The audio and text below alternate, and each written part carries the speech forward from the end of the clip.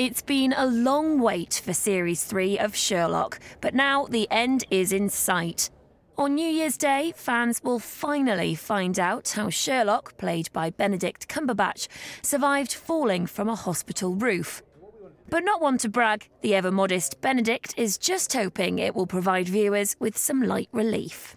The first day of the new year is not always the best time. People are a little hungover, they've got tax bills and the reality of the year dawning, all the party of the festive season's over. So, if this supplies any distraction from that, which is always a bit of a heavy day, then fantastic. And there are three of them, not just one. There's 3 1.5-hour films, and they're really rich with detail and reward repeat viewing as well. So I'm hoping that it'll be a nice thing to sort of buoy the mood a little bit after all the highs of Christmas have gone.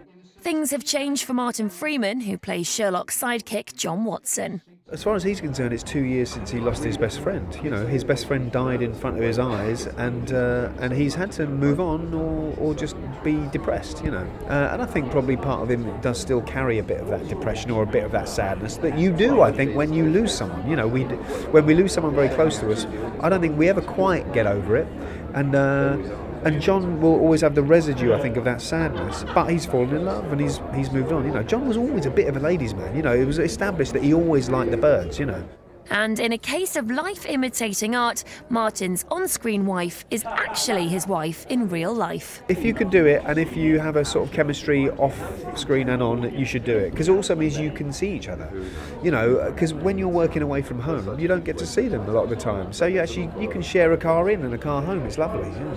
So tell us, Amanda Abington, what are the boys like off-screen? They're really awful. They're just dreadful, very monosyllabic, not very nice to talk to, quite demanding.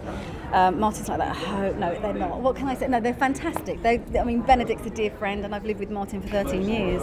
So, yeah, working with them both was a joy. It really was. It was fantastic.